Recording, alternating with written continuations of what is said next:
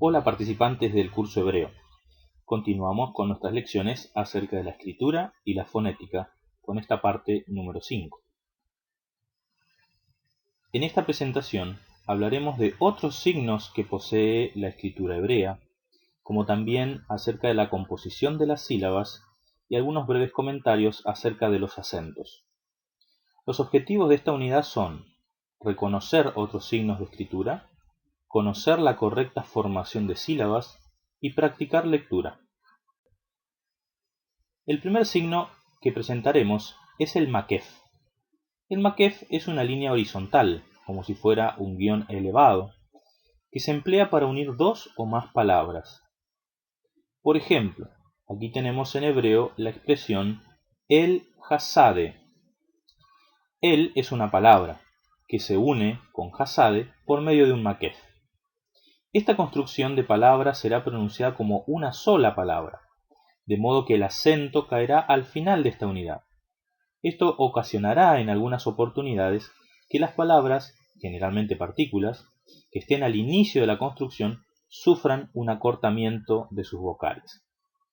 De paso, vale mencionar que este acortamiento de las vocales es un fenómeno bastante común en la escritura de la lengua hebrea. Más adelante prestaremos atención a este tipo de cambio. Pero vale un consejo. Es importante que al aprender las palabras, el vocabulario del hebreo, aprendamos a familiarizarnos más bien con las consonantes, puesto que las vocales pueden variar dependiendo de las construcciones o las frases donde se encuentren. Otro de los signos que encontramos en el hebreo, y muy común, es el signo del objeto directo. Se trata de un signo que no posee un sentido, una traducción, pero vale algunas apreciaciones generales. El objeto directo es aquella parte de una oración que recibe en primer lugar y de manera directa la acción del verbo. En hebreo, aquellas palabras que cumplen la función sintáctica del objeto directo serán marcadas por la partícula et, la cual suele estar unida a ellas. Se trata solo de una señal y no necesita ser traducida. Es decir, es como si fuera una marca que me indica que la palabra asociada funciona como el objeto directo de una oración. Vamos a explicarlo mejor con un ejemplo. Tenemos aquí Génesis 1.1 y Jeremías 32.17. Aquí veremos la utilización del signo del objeto directo, el cual puede estar unido a la siguiente palabra por medio de un makef o sin este. En el caso del primer ejemplo tenemos Génesis 1.1. Leyendo de derecha a izquierda, Génesis 1.1 dice así: Bereshit bara Elohim. Bereshit significa en el principio. Bara es el creó. Elohim es Dios. En el principio Dios creó. El sujeto es Dios, la acción es crear. Y entonces, ¿qué fue lo que Dios creó? Et hashamayim be'et haaretz. El signo del objeto directo que no se traduce está indicando qué fue lo que Dios creó, es decir, el objeto directo de esta oración. Hashamayim, los cielos, haaretz, la tierra. En el segundo caso, tenemos Jeremías 32.17. Este versículo repite una frase similar hacia el final, tal como lo tenemos en Génesis 1.1. Pero fíjense que en ese caso, el signo del objeto directo está unido por medio de un makef. Esto no afecta absolutamente en nada el significado de la frase. Es simplemente una variante en el modo en que se escribe. Pero fíjense que al estar unido con makef, hubo un acortamiento de las vocales, como mencionamos previamente, en relación al makef. En Génesis 1.1, et se escribe con un sere, que es un sonido e largo, mientras que en Jeremías 32.17, el signo del objeto directo et se escribe con un segol, que es el sonido e corto, así que allí hubo un acortamiento de la vocal. Leamos la frase en hebreo. Ahaj Adonai Adonai hine ata asita et hashamayim beet haaretz. Continuamos con otro de los signos del hebreo. En una de las frases de la diapositiva anterior, ustedes pudieron ver una letra G escrita con un punto adentro. Bien, ese punto se llama mapik. El mapik es un punto dentro de la letra G, que indica que la misma debe ser considerada como una consonante y no como una letra vocal muda, de modo que debe pronunciarse con un sonido similar al de la Heit. Ustedes recordarán que mencionamos que las guturales no llevan dagesh. Pues bien, este no es un dagesh, es un punto que solo se escribe en la letra G, pero cuando ésta va al final de una palabra. ¿Por qué? Porque hemos mencionado previamente que cuando la letra G va al final de una palabra no se pronuncia, es muda. Sin embargo, cuando esta letra necesita ser pronunciada, los masoretas incorporaron un punto para indicar que en este caso tiene que ser pronunciada. Su sonido es como una J, tal como lo hacemos cuando pronunciamos la G. Veamos algunos ejemplos en hebreo. Tengo la palabra leminaj. Leminaj. Tengo que pronunciarla al final. Y tengo la otra palabra artsaj. Arsaj. Tengo que pronunciarla al final. Esto es lo que me indica el mapik. Otro signo es el pataj furtivo. Se trata de un pataj, es decir, de una vocal, que tiene el sonido A, igual que el pataj que hemos visto hasta ahora. Este pataj furtivo es agregado a las letras G, Het y Ayin cuando se encuentran al final de una palabra y son precedidas por una vocal invariable que no es de la clase A. Esto se debe a que dichas letras tienen una preferencia por la vocal pataj.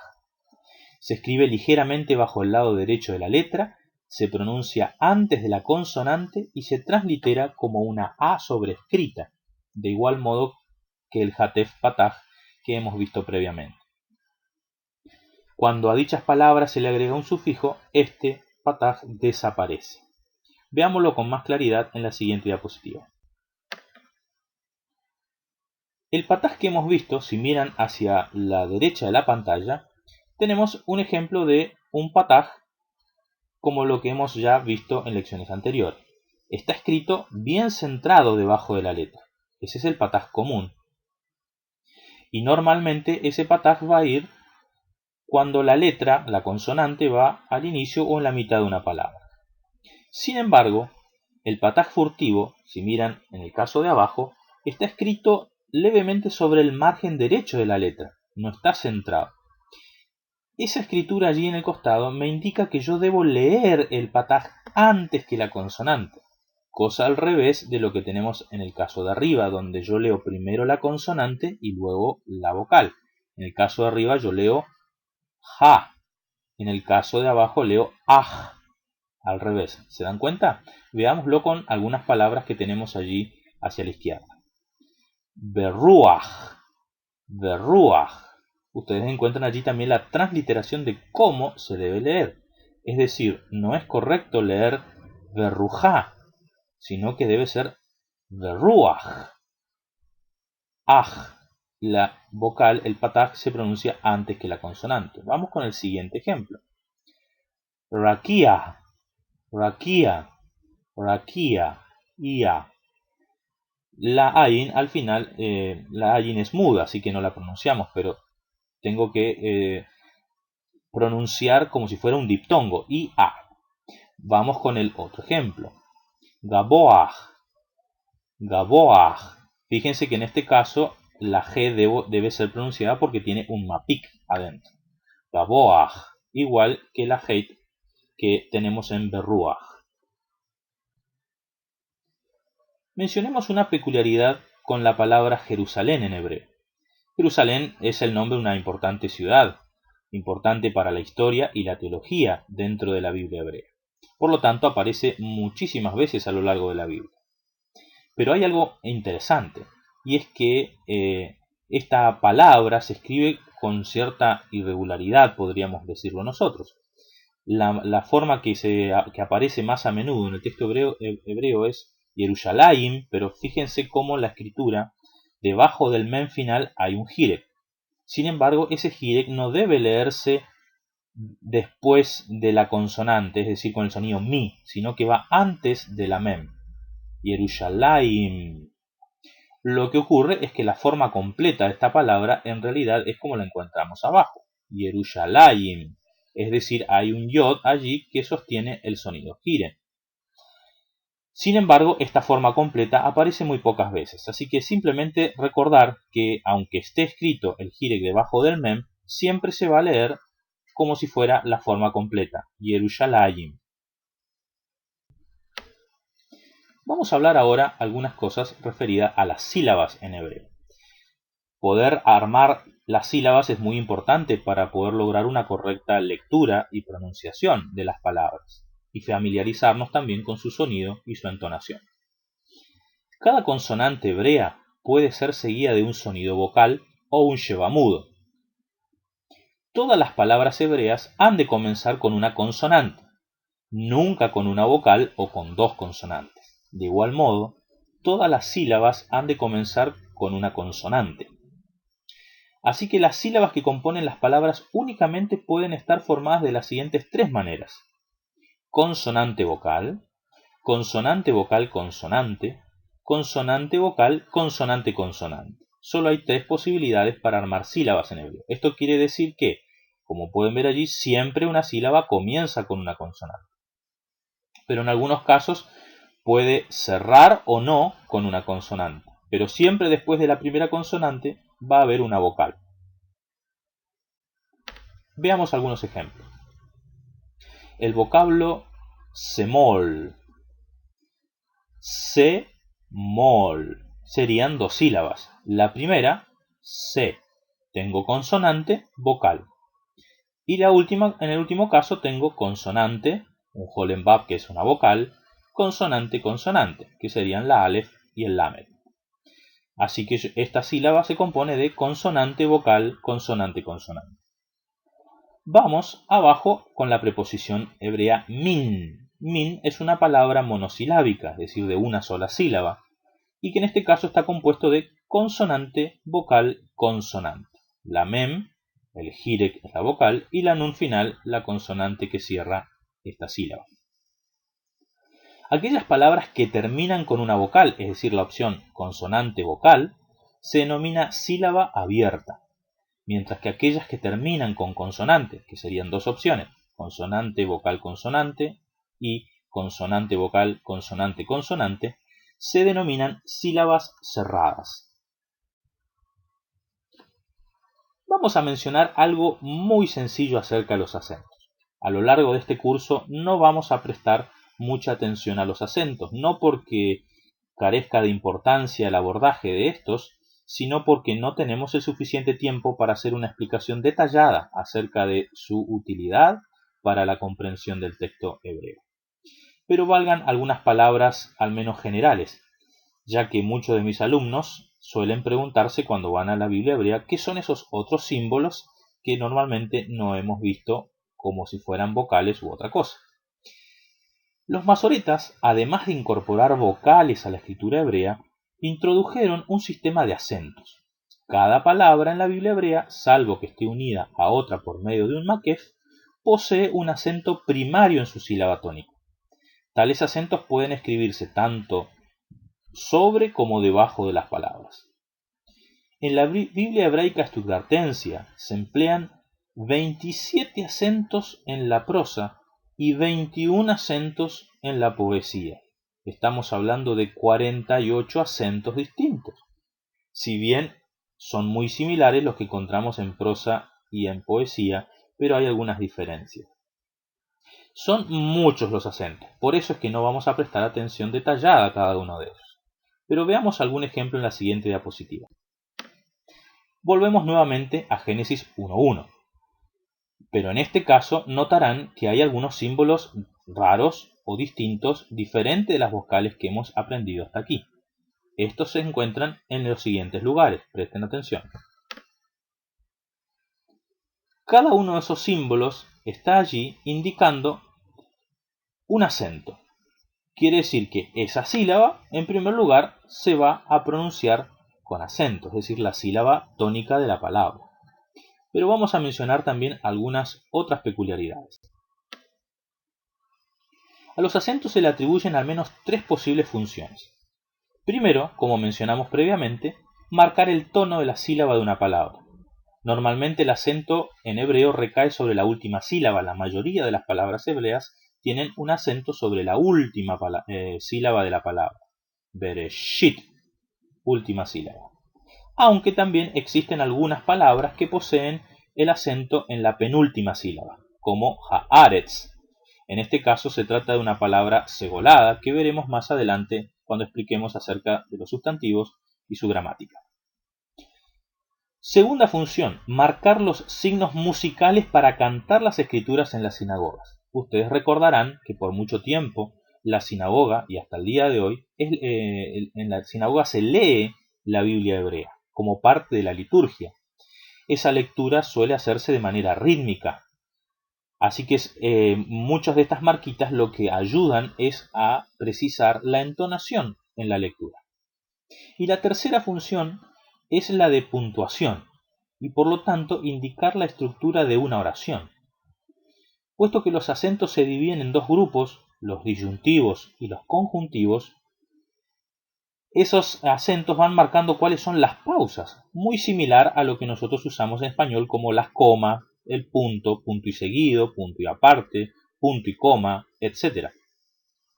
Todo versículo posee dos acentos disyuntivos mayores que lo dividen en dos partes. A la mitad del versículo se encuentra el adná, en la última palabra del versículo se encuentra el siluk, y luego, cerrando el versículo, el sof pasuk, que indica la finalización del versículo. Veámoslo en el siguiente ejemplo. Volvemos a Génesis 1:1. A mitad del versículo, pero en la mayoría de los casos no se trata de una mitad matemática, sino de una mitad conceptual, estructural. Tengo el adná. Es ese conito invertido que indica de alguna manera que esta es la parte media del versículo. En la última palabra del versículo siempre voy a tener en la sílaba tónica un siluk, que es esa rayita que encontramos al lado del kamet. Y por último, cerrando el versículo, tenemos el sof pasuk, que significa fin del pasaje o fin del versículo, que son como dos puntos. Esta es una de las divisiones más importantes a la hora de leer el texto en la Biblia hebrea. Vamos a hacer algunos ejercicios. Recordaremos que en hebreo leemos de derecha a izquierda. Esa es una peculiaridad, ¿cierto? Pero también es importante recordar que en muchos de los casos la lectura va, además de derecha a izquierda, de arriba hacia abajo. Es decir, tengo que ubicar mis ojos sobre la consonante y luego ver cuál es el sonido vocálico que tiene por debajo. En este caso tengo la mem y debajo un segol, por lo tanto leo me. Sigo la siguiente sílaba, que tengo un lamed y otro segol, y que finaliza con un jaf final que lleva un sheva. En este caso el sheva es mudo. Siempre que un sheva va al final de una palabra, como es el caso que encontramos aquí, y previamente tiene un sonido vocálico, la letra de al lado, es mudo. Esta palabra se lee melech, que significa rey, como hemos visto previamente. Vamos a aprender otra palabra. Es la palabra Elohim. Elohim significa Dios, aunque también puede ser traducido como dioses, haciendo alusión a los dioses falsos o a los dioses de las naciones paganas o vecinas de Israel. Tengo la primera sílaba, E, que es un Aleph con un Sheva compuesto, y luego tengo el Lamed, y en este caso, y solo con el caso del Holem, tengo que mirar arriba, porque es prácticamente la única vocal que se escribe por encima de las consonantes. Así que leo E, Lo, Him. Vamos a presentar también Éxodo 16:16. Junto a los ejercicios que les subiré al campus virtual, ustedes encontrarán otros textos como este, donde se emplean todas las letras del alefato en un solo versículo, lo cual los hace muy buenos para poder iniciarnos en la práctica de la lectura, pues tendremos que practicar todos los sonidos del alefato. Yo solamente leeré la primera línea aquí y llamaré la atención sobre algunos detalles. Leo primero la frase completa. Ze hadavar asher siva Adonai lecto mimenu. Llamo la atención sobre la palabra número 4. Ustedes encontrarán allí que la consonante media es un vav. Alguno podrá decir, bueno, pero es un vav con un puntito adentro, por lo tanto parece un shurek y debiera leerse como una U. Pues bien, no se trata de un shurek. ¿Cómo sé esto yo? Porque debajo del vav tengo una vocal, que es el kametz. Por lo tanto, cuando un vav tiene debajo una vocal y adentro tiene un puntito, no se trata nunca de un shurek, se trata de un vav con un dagesh forte. ¿Qué es lo que hace el dagesh forte? Duplica el sonido de esa consonante. Sivav. Sivav es la pronunciación de esta palabra. Otra peculiaridad la encontramos en la palabra número 5, que allí pareciera decir algo como Yehva. Sin embargo, no se lee esas vocales que tiene debajo. Estas 4 letras, Yod, He, Vav, He, son el tetragrama, es decir, el nombre de Dios en la Biblia hebrea, que algunas traducciones modernas vuelcan como Jehová, lo cual no es la mejor manera de rendir este nombre. Como una regla para esta materia, cada vez que nos encontremos a este nombre, diremos Adonai, que era la forma respetuosa que tenían los judíos de leer este nombre. En otra clase hablaremos un poquito más sobre las peculiaridades de este nombre y su significado y lectura. Llamo la atención sobre la palabra número 7, Mimmenú. El mem y el nun tienen un puntito adentro. No se trata de una letra Begat Kefat. Es, por lo tanto, un dagesh forte, que lo que hace es duplicar tanto el sonido del mem como de la nun. En el caso del vav, no es un dagesh forte. ¿Por qué no es un dagesh forte? Porque el vav debajo no tiene ninguna vocal, como era el caso de la palabra número 4. Entonces es un shurek. Se lee como una vocal U larga. Esto ha sido todo por hoy. Muchas gracias por su atención. Nos vemos en el próximo video.